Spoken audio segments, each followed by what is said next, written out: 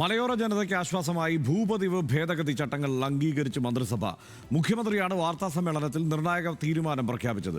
പട്ടയത്തിലൂടെ പതിച്ചു കിട്ടിയ ഭൂമിയുടെ വകമാറ്റിയുള്ള വിനിയോഗവും കൃഷിക്കും വീട് നിർമ്മാണത്തിനുമുള്ള ഭൂമിയിലെ മറ്റ് വിനിയോഗങ്ങളും ഭേദഗതി ചട്ടങ്ങളിലൂടെ ക്രമീകരിക്കപ്പെടും. 6.5 പതിറ്റാണ്ടായുള്ള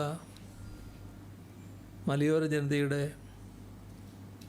കാത്തിരിപ്പിന് വിരാമിട്ടുകൊണ്ട് 2023 സെപ്റ്റംബർ 14 ഭൂപതിവ് നിയമ ഭേദഗതി നിയമസഭ പാസാക്കിയത്.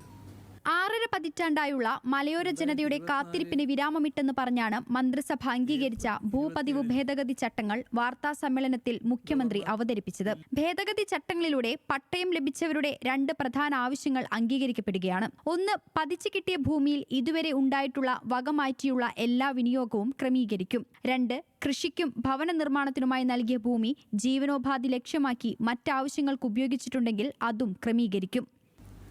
Wayanad colonisation scheme, 1993 Kerala land assignment special rules തുടങ്ങിയ ചട്ടങ്ങളനുസരിച്ച് വിവിധ വിഭാഗം ജനങ്ങൾക്ക് പതിച്ചു കിട്ടിയ ഭൂമിയിലെ വകമാറ്റിയുള്ള വിനിയോഗം ക്രമീകരിക്കുക എന്ന ആവശ്യം പൂർണ്ണമായും പരിഹരിക്കപ്പെടും. 1500 ചതുരശ്ര അടി വരെയുള്ള നിർമ്മാണങ്ങൾ സൗജന്യമായി ക്രമപ്പെടുത്തി നൽകും.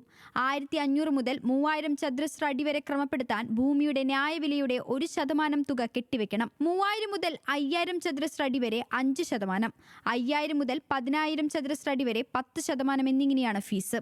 വികസന കുതിപ്പിലെ പുതിയ അധ്യായമെന്ന് വിശേഷിപ്പിച്ചാണ് വയനാട് തുരങ്കപാതയുടെ നിർമ്മാണം തുടങ്ങുന്നത് മുഖ്യമന്ത്രി അറിയിച്ചത്. ഈ മാസം 31-നാണ് നിർമ്മാണോദ്ഘാടനം. GST നിരക്ക് പരിഷ്കരിക്കുന്നതിലൂടെ സംസ്ഥാനങ്ങൾക്കുണ്ടാകുന്ന നഷ്ടം നികത്തണമെന്നാവശ്യപ്പെട്ട് പ്രധാനമന്ത്രിക്ക് കത്തയച്ചെന്നും മുഖ്യമന്ത്രി പറഞ്ഞു. സാധാരണ പൗരൻ്റെ നികുതി ഭാരം കുറക്കാൻ കഴിയുന്ന ഏതൊരു നടപടിയും സ്വാഗതാർഹമാണ്.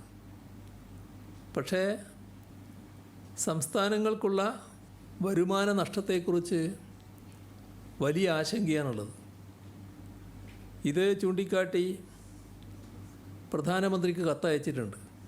സാമ്പത്തിക പ്രതിസന്ധിക്കിടയിലും ഓണം ബുദ്ധിമുട്ടില്ലാതെ കൊണ്ടുപോകാൻ 19,755 കോടി സർക്കാർ ചെലവഴിച്ചെന്നും മുഖ്യമന്ത്രി പറഞ്ഞു. ന്യൂസ് മലയാളം, തിരുവനന്തപുരം.